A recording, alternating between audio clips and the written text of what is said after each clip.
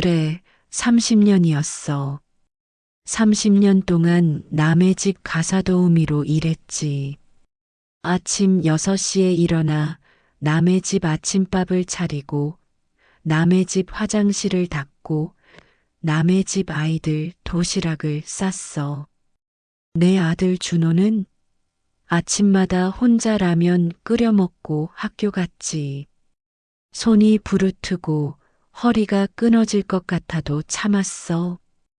왜냐고? 내 아들만큼은 제대로 된 교육을 시켜주고 싶었거든. 안녕하세요. 오늘도 저희 채널에 와주신 여러분 정말 감사합니다. 사연 시작하기 전에 구독과 좋아요 부탁드립니다. 준호 아빠가 교통사고로 세상을 떠났을 때 준호는 겨우 5살이었어. 보험금도 없고 남편 형제들은 우리 모자를 외면했지. 형님, 조금만 도와주세요. 준호가 크기까지만이라도. 아이고, 우리도 애들 키우기 바빠서 말이야. 미안하네. 그날 이후로 나는 결심했어. 누구한테도 손 벌리지 않고 내 힘으로 아들을 키우겠다고. 매일 새벽같이 나가 새 집을 돌았어. 강남 부잣집, 목동 아파트, 분당 빌라. 점심시간도 아껴가며 일했지. 저녁에 집에 돌아오면 녹초가 되었지만 준호의 숙제를 봐주고 도시락 반찬을 미리 만들어 놓고 잤어. 엄마 오늘 학교에서 상 받았어요. 그래? 우리 준호 최고다. 아들의 웃는 얼굴만 보면 모든 피로가 씻겨 내려갔어. 그렇게 준호는 성적도 좋고 착하게 자라졌지. 대학도 장학금으로 다녔고 대기업에 취직까지 했어. 내가 얼마나 기뻤는지 몰라. 그 사이 나는 한 푼, 두 푼 모았어. 점심 굶는 날도 많았고 옷은 복지관에서 나눠주는 것만 입었어. 그렇게 모은 돈으로 은평구에 작은 빌라를 샀지. 준호 결혼하면 신혼집으로 주려고 했는데 준호가 그러더라고. 엄마, 이 집은 엄마 거예요. 제 이름으로 바꾸지 마세요. 저는 제가 알아서 할게요. 기특했어. 내 아들 정말 효자로 키웠구나 싶었지. 30살에 준호가 결혼을 했어. 며느리 이름은 수진이. 처음 봤을 때는 참 조용하고 얌전해 보였어. 웨딩홀에서 나한테 인사하는데 그때만 해도 좋은 며느리가 올 줄 알았지. 어머님 잘 부탁드려요. 앞으로 딸처럼 모실게요. 그 말을 믿었어. 정말 순진하게 믿었지. 신혼부부가 내 집에 들어왔어. 사실 나는 작은 방 하나만 있으면 되니까 큰 방은 준호 부부가 쓰라고 했지. 그게 시작이었어. 처음 한두 달은 괜찮았어. 수진이가 밥도 해주고 같이 설거지도 하고. 그런데 딱 석 달쯤 지나니까 분위기가 달라지더라고. 어머님 제가 회사 다니느라 힘드니까 집안일 좀 도와주세요. 며느리가 힘들다는데 당연히 도와줘야지. 나도 이제 가사도우미 일을 그만두고 나이도 있으니까 집안일 돕는 거야 당연하다고 생각했어. 설거지를 하고 빨래를 했어. 화장실 청소도 하고 저녁 준비도 했지. 수진이는 처음엔 고마워요. 어머님 이러더니 나중엔 그것도 안 하더라고. 마치 당연한 것처럼. 손주 은지가 태어난 건 그 다음 해였어. 아이고, 얼마나 예쁘던지. 처음 안았을 때 그 느낌을 잊을 수가 없어. 내 품에 안긴 작은 생명이 너무나 소중했지. 제가 직장 다녀야 하니까 어머님이 은지 좀 봐주세요. 물론이지. 손주를 봐주는 게 무슨 대수냐. 기저귀 갈고, 분유 먹이고, 밤에 울면 달래고. 허리는 점점 아파왔지만 행복했어. 은지가 나를 보고 웃을 때면 모든 게 괜찮았지. 그런데 문제는 그 다음이었어. 수진이가 퇴근하면 은지를 데려가더니 내가 할머니라는 걸 가르치질 않는 거야. 은지야, 이게 엄마야. 엄마. 아니, 왜 내가 엄마야? 나는 할머니잖아. 이상하다 싶었지만 며느리가 그러니 뭐라 할 수도 없고, 그러다 은지가 돌이 지나면서 수진이 태도가 확 바뀌었어. 어머님, 은지 기저귀는 어머님이 사세요. 제 월급으로는 힘들어요. 어머님, 은지 분유값 이번 달 좀 내주세요. 어머님, 은지 병원비 어머님이 내세요. 어차피 어머님이 봐주시는 거니까. 하나둘씩 요구가 늘어나더니 나중엔 내가 손주 키우는 비용을 다 대는 형편이 됐어. 국민연금 받는 게 한 달에 40만 원 정도였는데 그중 반 이상이 은지한테 들어갔지. 그래도 참았어. 내 손주니까. 내 아들 준호 닮은 예쁜 손주니까. 어느 날부터 수진이가 내 빨래를 따로 하더라고. 어머님 빨래는 어머님이 하세요. 세탁기 돌리는 거 따로 해야 해요. 왜? 같이 돌리면 되잖니? 싫어요. 나이 드신 분 옷이랑 같이 빨면 냄새 배요. 가슴이 철렁했어. 냄새라니. 나는 매일 씻는데 옷도 깨끗하게 입는데 무슨 냄새? 그날 밤 준호한테 말했어. 준호야. 내 와이프가 나보고 냄새 난다고 하더라.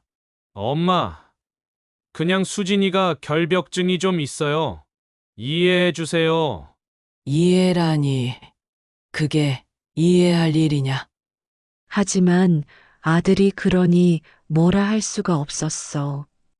그 다음은 반찬이었어. 어머님 것은 따로 덜어 놓을게요. 우리는 간 싱겁게 해야 해서요. 매 끼니마다 내 반찬만 따로 덜어놓더라고. 처음엔 건강 생각해서 그러나 했는데 어느 날 보니까 내 반찬은 하루 이틀 묵은 것들이고 자기들은 새로 해먹는 거야. 냉장고도 마찬가지였어. 어머님 것은 이 칸에만 넣어주세요. 다른 데는 우리 음식 있어서요. 냉장고 맨 아래 야채 칸. 거기가 내 자리가 됐어.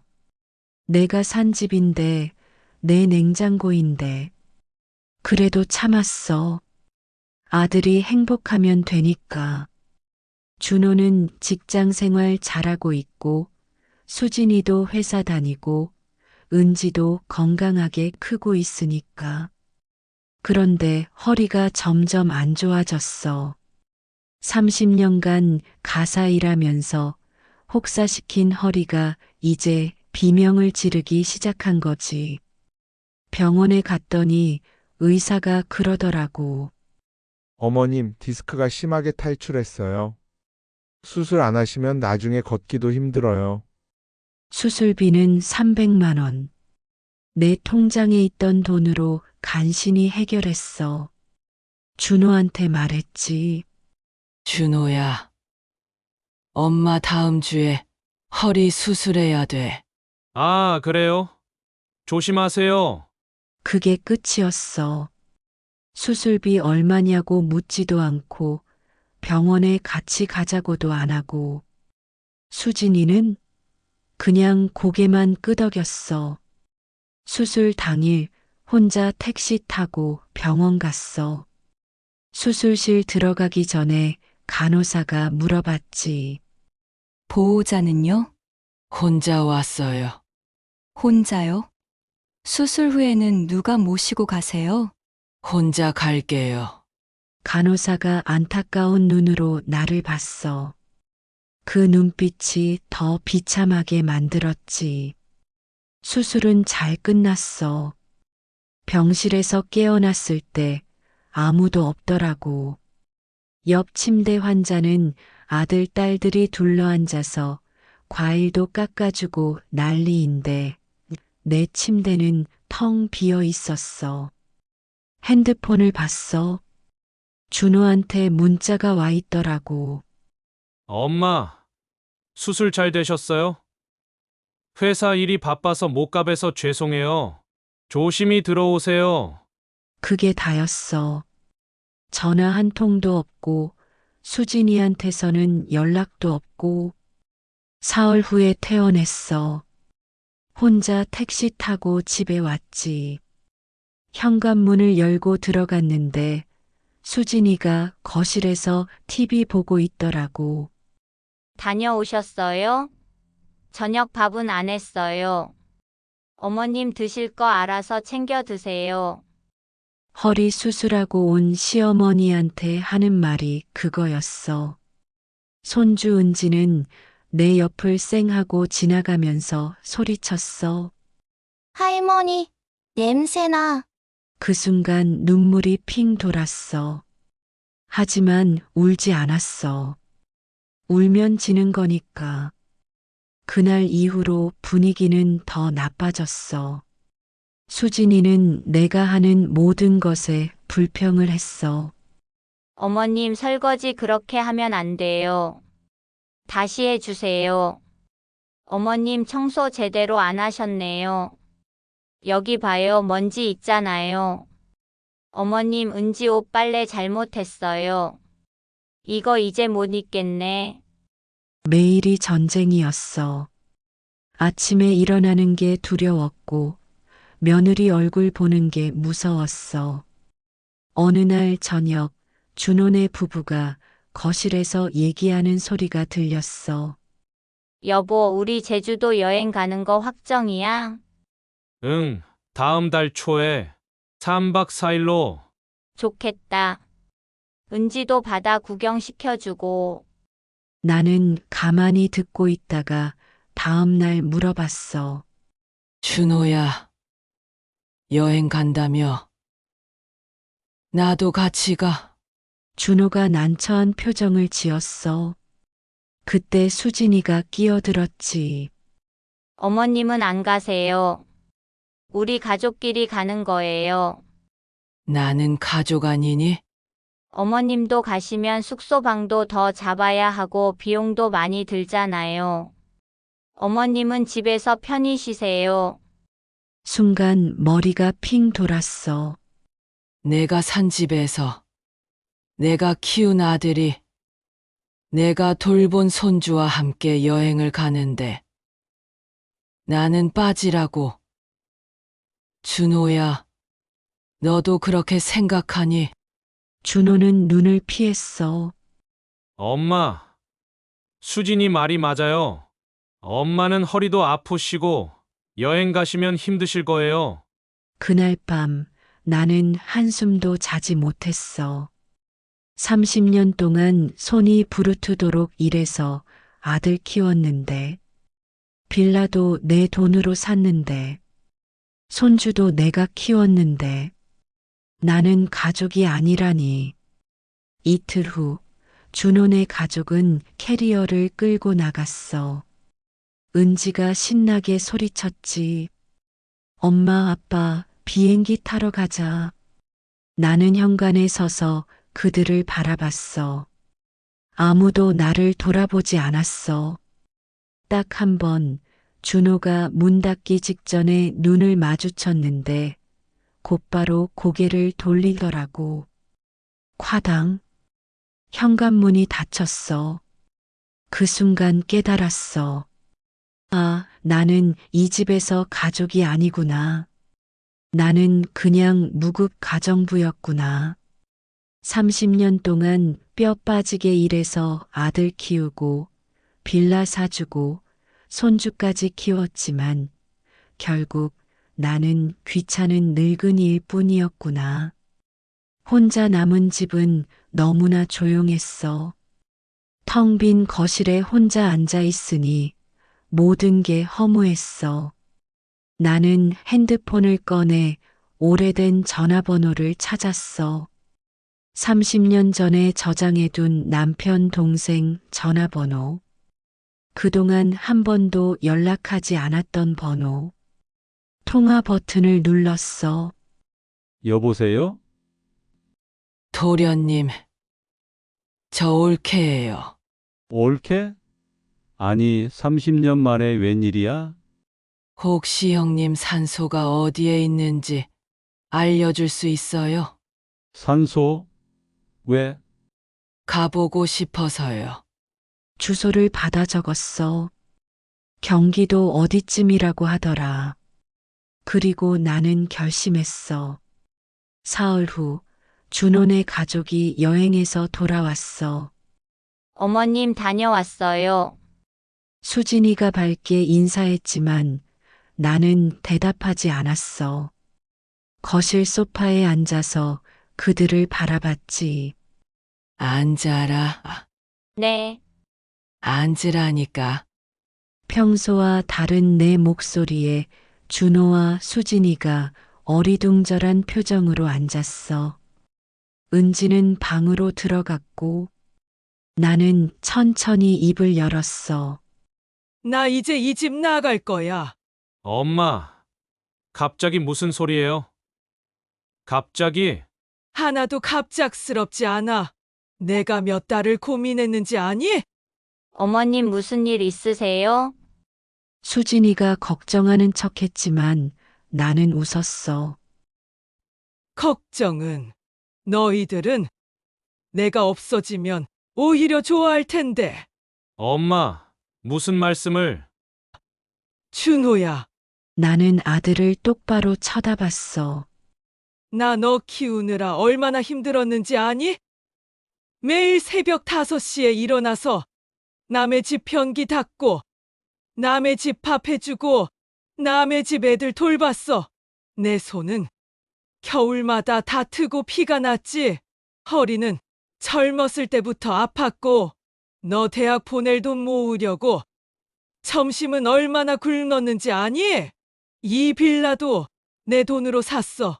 30년 동안 모은 내 피 같은 돈으로 너희 신혼집 마련해 주려고 샀는데 나는 이 집에서 손님도 아니고 하인 취급을 받았어.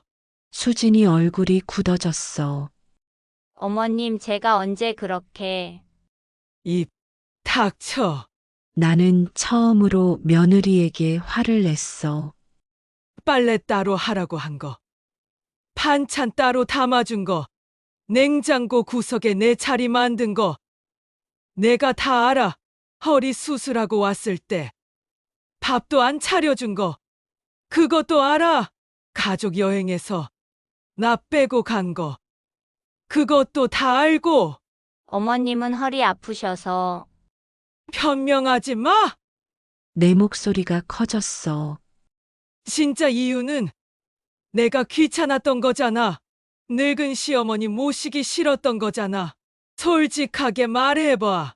수진이는 입을 다물었어. 준호도 아무 말 못했지. 나는 이제 알았어. 내가 이 집에서 가족이 아니라 무급 가정부였다는 걸. 은지 키워주고 집안일 해주고 돈까지 대주는 편리한 가정부. 엄마, 그게 아니라... 그럼 뭔데? 나는 준호에게 물었어. 엄마가 가족이면 왜 여행에 안 데려갔어? 엄마가 가족이면 왜 수술할 때 혼자 가게 뒀어? 엄마가 가족이면 왜 냄새 난다고 빨래 따로 하게 했어? 준호는 고개를 숙였어. 내가 너를 키울 때는 말이야. 나는 눈물을 참으며 말했어. 너 기저귀 빨고, 너 밥 먹이고, 너 아플 때 밤새워 간호했어. 내 옷은 다 낡아도 내 옷은 깨끗한 걸로 사줬고, 내 밥은 굶어도 내 도시락은 꼬박꼬박 싸줬어. 그게 엄마였어. 그런데 너는 엄마한테 뭘 해줬니? 아무것도 안 해줬지. 엄마가 편찮다는데 대수롭지 않게 여기고, 엄마가 수술한다는데 관심도 없고, 와이프가 엄마를 함부로 대해도 모른 척했지. 엄마, 죄송해요. 사과는 필요 없어. 나는 가방을 들었어. 이미 며칠 전에 짐을 다 쌌었지. 나 이제 나갈 거야. 그리고 이 집도 팔 거야. 뭐라고요? 수진이가 벌떡 일어났어. 이 집은 내 명의야. 내가 산 집이고 내 마음대로 할 수 있어. 어머님, 그럼 저희는 어떡하라고요? 너희가 알아서 하면 되지. 준호 월급 받잖아. 너도 일하잖아. 너희끼리 집 구해서 살아. 엄마, 그렇게 갑자기. 갑자기? 나는 몇 달을 고민했어. 너희들이 나를 어떻게 대하는지 지켜보면서 기회를 주고 싶었어. 혹시 달라질까 싶어서. 그런데 편하지 않더라. 오히려 더 심해졌지. 나는 현관으로 걸어갔어. 엄마, 가지 마세요. 우리가 잘못했어요. 이제부터 잘할게요. 이제부터? 나는 뒤돌아봤어. 이제부터 잘하겠다는 사람들은 진작에 잘했어야지. 상처 다 주고 나서 사과하면 뭐해? 그 상처는 누가 아물게 해줘? 나는 이제 내 인생 살 거야. 30년 동안 너 키우느라, 또 몇 년은 내 가족 뒷바라지하느라 내 인생은 없었어.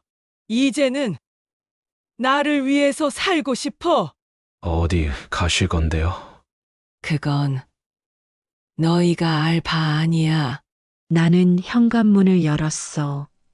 이 집은 한 달 안으로 비워 부동산에 내놓을 거야. 짐은 알아서 빼. 어머님, 수진이가 소리쳤지만 나는 돌아보지 않았어.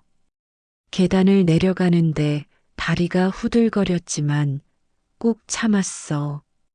빌라 밖으로 나오니까 가슴이 뻥 뚫리는 것 같았어. 무거운 짐을 내려놓은 것 같았지. 택시를 잡아 타고 말했어. 경기도 평택시로 가주세요. 남편 산소가 있는 곳이었어. 산소 앞에 섰어. 30년 만이었지. 여보, 나 왔어. 이제야 왔네. 묘비를 쓰다듬으며 눈물을 흘렸어. 우리 아들 훌륭하게 키웠어. 대기업 다니고 결혼도 하고 손주도 생겼어. 당신이 보고 싶어 했던 모습 다 이뤘지. 그런데 말이야. 한참을 울다가 말했어. 나는 행복하지 않았어. 아들을 위해서 모든 걸 바쳤는데 정작 나는 가족 취급도 못 받았어. 내가 뭘 잘못한 걸까? 너무 많이 해준 게 잘못이었을까? 바람이 불었어. 마치 남편이 대답하는 것 같았지. 이제는 나를 위해 살라고? 그래, 이제는 내 삶을 살아야겠지. 산소를 내려와서 버스를 탔어. 시내로 가는 버스. 창밖을 보는데 모든 게 새롭게 보이더라고. 30년 동안 일만 하느라 못 봤던 풍경들. 버스에서 내려 복지관으로 갔어. 예전에 가끔 옷 받으러 갔던 곳. 직원분이 반갑게 맞아줬지. 어머님, 오랜만이세요. 네. 오늘 상담 좀 받고 싶어서요. 무슨 상담요? 혼자 살 수 있는 작은 집 구하는 방법이요. 그리고 노인 일자리도요. 직원분이 놀란 표정을 지었어. 어머님, 무슨 일 있으세요? 새로 시작하려고요. 제 인생을.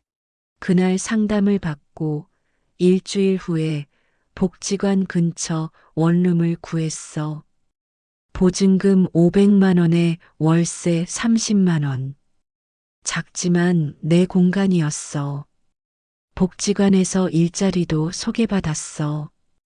주 3회 동네 경로당에서 점심 준비 돕는 일. 월급은 많지 않지만 나처럼 혼자 사는 어르신들과 함께 밥 먹고 이야기 나누니까 외롭지 않았어. 빌라는 한 달 후에 팔렸어. 2억 3천만 원. 부동산 수수료 빼고 남은 돈으로 노후를 준비했지. 은행에 적금도 들고 실버타운 정보도 알아봤어. 준호한테는 딱 한 번 연락이 왔어. 엄마, 우리 좀 만나요. 만날 이유 없어. 엄마, 죄송해요.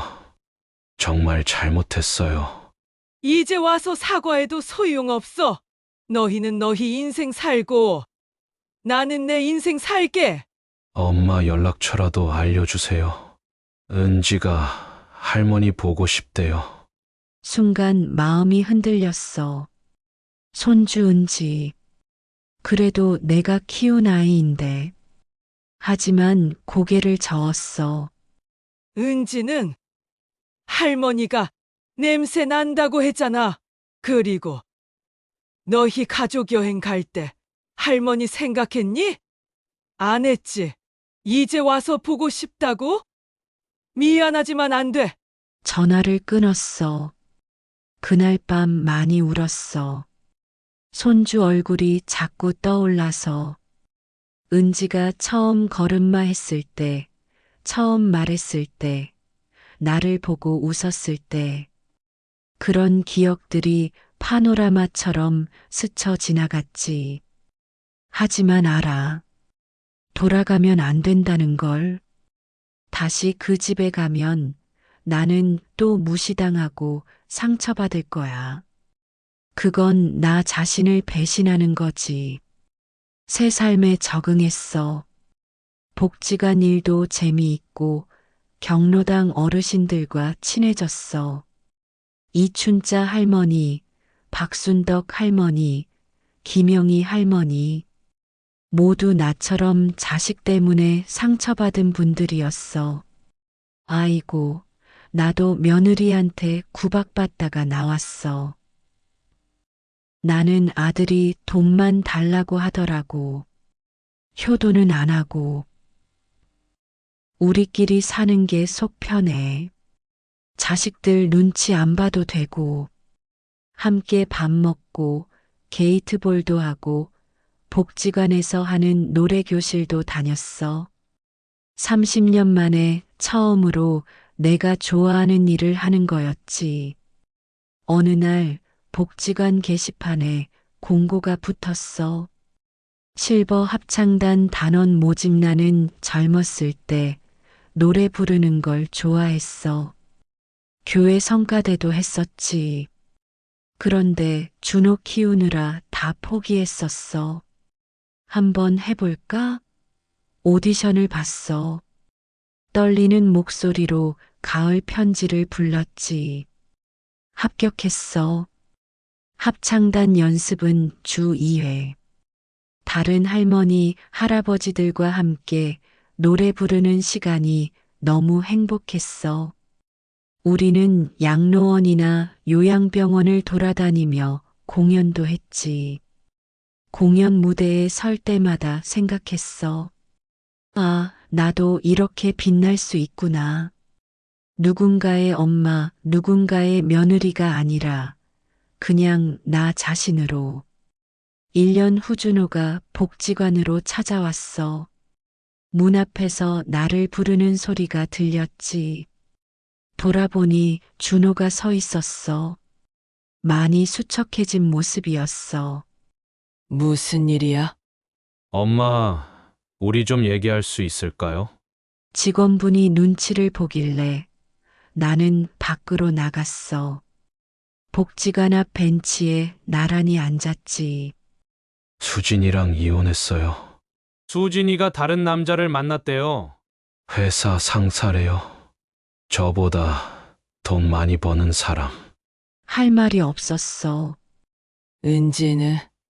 제가 키우고 있어요. 수진이는 은지도 포기했어요. 가슴이 아팠어.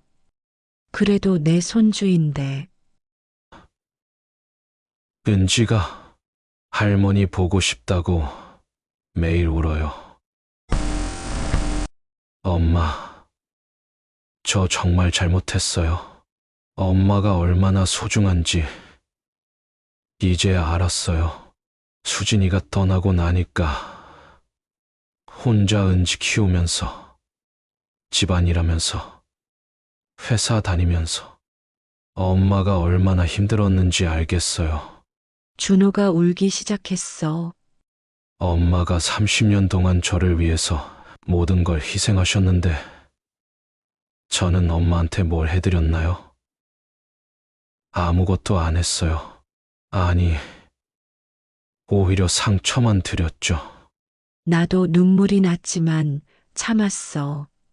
준호야, 네, 엄마. 이제 너도 알았지? 가족이 뭔지. 네, 가족은 편할 때만 참게 하는 게 아니야. 힘들 때, 아플 때, 외로울 때 옆에 있어 주는 게 가족이야. 엄마가 허리 수술할 때, 너 어디 있었니? 엄마가 외로워할 때, 너 뭐 했니? 죄송해요, 엄마. 미안하다고 다 해결되는 건 아니야. 하지만 나는 준호의 어깨에 손을 올렸어. 엄마는 너를 용서할 거야. 내가 진심으로 뉘우치고 있다는 거 알아. 그리고 은지 때문이라도 너를 외면할 수는 없어. 엄마. 준호가 내 손을 꼭 잡았어. 하지만 조건이 있어. 무슨 조건이든 들을게요. 나는 다시 너희 집에 안 갈 거야. 여기서 내 생활이 있고 내 친구들이 있어. 처음으로 나를 위해서 사는 인생이 어떤 건지 알았거든. 네, 대신 은지는 주말마다 여기로 데려와. 할머니랑 시간 보내게. 그리고 너도 일주일에 한 번은 와서 밥 먹고 가. 정말요? 정말 괜찮으세요? 너는 여전히 내 아들이고 은지는 내 손주니까. 준호가 펑펑 울었어. 50살이 다 된 남자가 어린애처럼 울더라고. 엄마, 고마워요. 정말 고마워요. 그치만 기억해. 다시는 엄마를 당연하게 여기지 마. 엄마도 존중받아야 할 한 사람이야. 혹시 나처럼 힘든 어르신들이 계시다면 이 말을 하고 싶어. 늦었다고 생각하지 마세요. 70살이든 80살이든 아직 늦지 않았어요. 자식들이 당신을 존중하지 않는다면 떠나세요.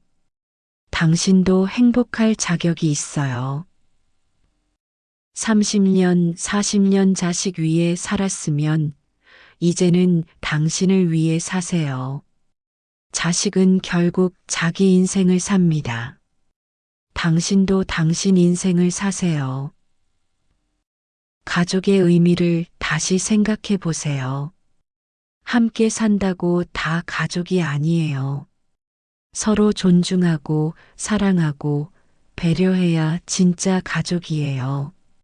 나는 이제 후회 없어.